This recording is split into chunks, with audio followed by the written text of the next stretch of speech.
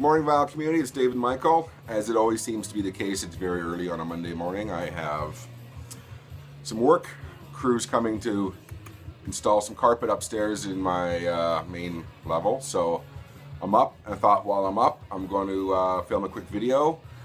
Quick little update. I only went to, since my last video, I've only gone to one thrift store, I believe. By the way, good morning, and I hope everyone had a good weekend.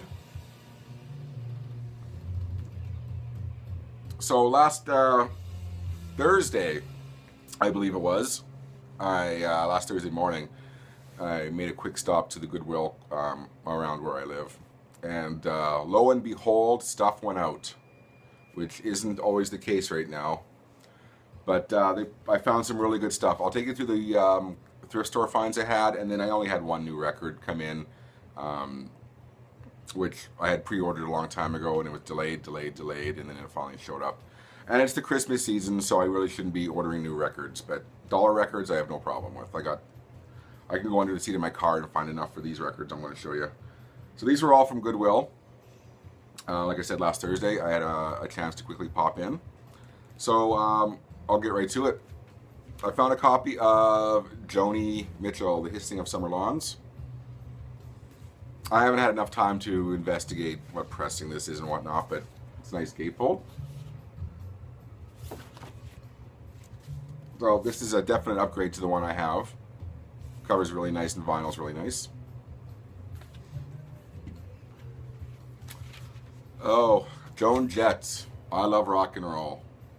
What a great album. I see this quite frequently at thrift stores, but I think people played the hell out of this record when they got it, because very rarely is it in really nice condition. A little bit of cover wear on top, but other than that, it's a nice copy and a definite upgrade copy for me. So that was cool. Brothers in Arms. And this was kind of a lucky find for me, because I had just given my nephew my other copy, as he really wanted it, and he's my nephew. He's just getting into vinyl, so he wanted a copy of Brothers in Arms, and I gave him mine. And then like a week later, I find another copy at Goodwill. Really nice condition copy too. This totally came out of left field, because I'm finding a lot. So far, it's kind of your standard rock stuff I'm finding, and then there was a copy of Eazy-E, We Want Easy, 12-inch single. Well, 4 tracks, but Dr. Dre, this is the one he did with Dr. Dre. And I can't remember the pecking order of this, if this was pre-NWA. It was kind of around the same time frame. But that was a super nice find, in the shrink with original price stickers on it. And beautiful condition. So, like I said, it was the new stack they put out was rock, and then Eazy-E, which I'll take every day. I love old rap. So there we go. Excuse me. Michael Jackson Thriller.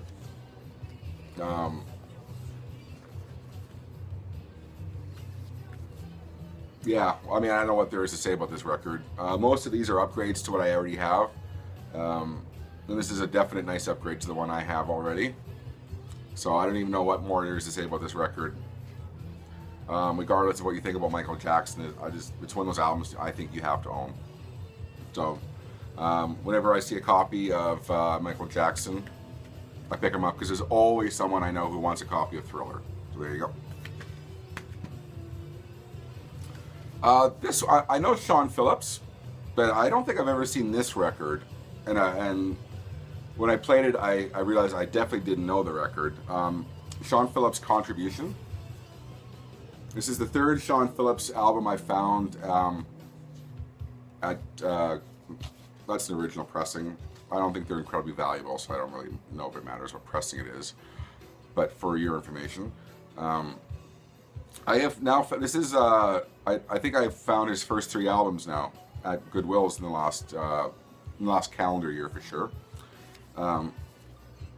yeah, it's some of you might know Sean Phillips. Nice mellow acoustic stuff. It's definitely a little bit. It's not your standard kind of singer-songwriter stuff. There's a lot of really smart songwriting in here, and he's got a really nice voice. So yeah, it's definitely not your run-of-the-mill singer-songwriter stuff. It's sometimes it's a little bit challenging in places, which is nice. So Sean Phillips' contribution. And excuse me, where I live in Alberta, as you see my other videos, it's incredibly cold, but also gets incredibly dry. We have incredibly dry winters where I live, so the throat. So not that you need to know that about my city, but there you go. Okay, so this next one, I'm going to talk about Linda Ronstadt for a second. Linda Ronstadt is someone who I've always just kind of, I'm not worried about her. You see her so many times at thrift stores. I can't remember which album of hers at the Goodwill that I made this find, but they have like 6 copies of one album. It's like a stack of records. It's just one album. And you see those albums all the time, and like I said, it becomes kind of like white noise. You kind of take them for granted, and you kind of question to yourself whether they're any good. Linda Ronstadt, to me, when I was growing up, she was part of how I knew her was she did that album with Nelson Riddle, the orchestra album, and then she did the Spanish language album, and she did Trio. I believe Trio was Dolly Parton and Emmylou Harrison herself. If I'm wrong, I'm sorry, but that's what I recall. And that's not really, the Trio album is good. Trio album, sorry, I'll enunciate. That album is good, but the other ones really weren't my cup of tea. So, like I said, Linda Ronstadt, yeah. But then on Netflix, and it's on DVD as well, is that Eagles documentary, the history of the Eagles. Yeah, and I saw that on Netflix, and Linda Ronstadt plays a key role in the formation of the Eagles, as a lot of you might know. And there's a lot of really good footage in that documentary of early Linda Ronstadt when Glenn Frey was playing guitar for her backing band and Don Henley was her drummer. And I'm watching that early footage of Linda Ronstadt, and she's a firehouse. Like, what a voice. And she kicks ass, and she's not the Linda Ronstadt I thought growing up. So, having said that, I was really amazed at, wow, she blew my socks off in that documentary. Just what a voice and what a presence. And then you kind of factor in the how integral she was in the formation of the Eagles. So in the back of my mind, I'm thinking, okay, so if you see any early Linda Ronstadt albums, pick them up. And you don't really see early albums very often. In fact, a couple of years ago, I had a copy of the Stone Ponies. And I didn't, like I said, Linda Ronstadt stuff I wasn't really concerned about, and I'm pretty sure I sold it at a record fair. And I regret it now because looking back, that was my bad because, man, like, she's a kick-ass singer, as I said already. So, that's a long story to get to a couple finds I had. Linda Ronstadt, this is one called Different Drum. And it's a compilation of her early material with the Stone Ponies. And then this is released in 1974. And like I said, it's a collection of, there's songs from her and the Stone Ponies, and then there's, like I said, some stuff off her first album or two, I believe. Yeah, a couple albums anyways.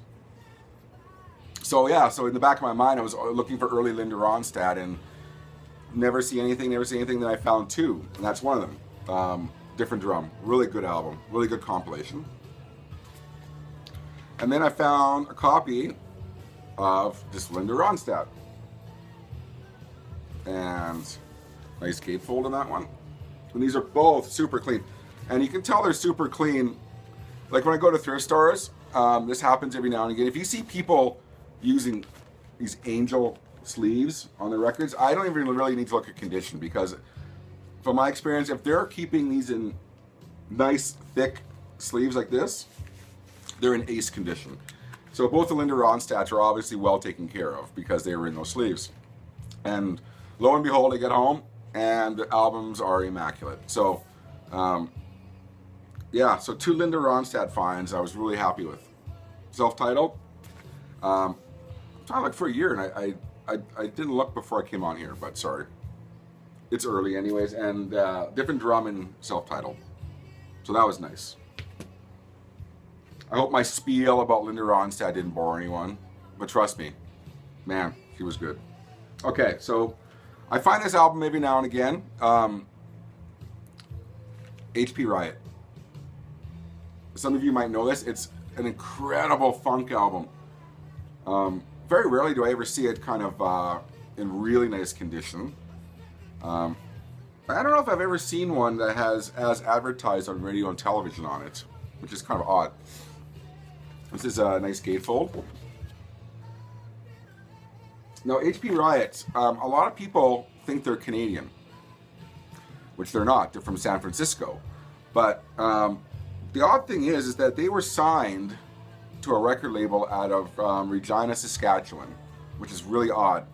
I think Concept Records it was called. And as a result, they played the hell out of Western Canada. They played all over Western Canada. And that's pretty much where you find their records. You find them all the time here. Very rarely do you find them in really nice condition. But they were just a real shit-hot funk band from San Francisco. And their name, if I recall right, their name came from their neighborhood in San Francisco and the race riots that were happening in the 60s. And if you ever see this album, or if you want to sample it online and you like funk, you gotta listen to this album. And this is a definite upgrade to the one I have. Yeah, that's a sweet album. Next one, this is gonna be my last of that Goodwill find. And Katie Lang, A Truly Western Experience. Now, Katie Lang is from my city. I've had opportunity to talk to her over the years. In fact, not that you need to know this, but the last record store I owned, my partner, one of my partners was a local, he's kind of a well-known local musician. And he was in a very influential band in the early 80s. I won't bother filling you in the gaps there, but and one of the early members of his band was Katie Lang, and he would regale me with stories of Katie and what a nice person she was, and how really into Patsy Cline she was.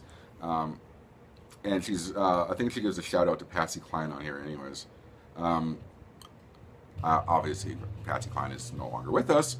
I think on the back it says, "And the whiff drifts through my soul, say hi to Patsy for me." So yeah, it's kind of, if you know Katie Lang, you know that she's really heavily influenced by Patsy Cline. But what was cool about this one, it's an original Bumstead Records pressing. Later on, this came out on Sire Records in Canada and in the US, I believe. But this is an original indie pressing in the shrink. Really, really fun album. If you're into kind of upbeat country, I mean the album says it all. Look at the album, you know it's going to be an upbeat country album. Very different from her Constant Craving stuff, but equally as good. So yeah, that was the final used find I had from my Goodwill. So that was a pretty nice, I thought, haul for December, in the middle of winter. The only new find I have, or a new find, new arrival, Harmonium Le Heptade XL. And I'm probably saying that wrong, and you wouldn't know that I studied French my whole school life. In Canada, most people, I believe in grade school you're required to take French as a second language, and then high school becomes kind of like an option. So you wouldn't know I took French because I'm probably horribly mispronouncing that. Sorry. Le Heptade or Le Heptade XL. So I apologize to any French-speaking people out there. I'm sorry, it's early. and obviously I didn't retain any French, so because I took it for 12 years. This is the new reissue, double vinyl. They're from Quebec, and probably one of the best Canadian bands you might not know of. They're like heroes in the progressive rock circles. It's more like the folk. Yeah, it's a progressive rock, obviously, folk based, lots of sweet harmonies. They're one of, like I said, one of Canada's greatest bands that a lot of people just don't know about. And I can't remember how many albums. 3, and then a live album, possibly. I can't remember how many exact albums they have. I have all of them anyways, but I'm pretty sure it's 3 or 4 albums. Then they had a live album. But I was very amazed that Sony in Canada was reissuing this album, and it seems to be getting a good response because it sold out on pre-order, and I didn't get one, even though I pre-ordered well in advance. So they finally shipped me one.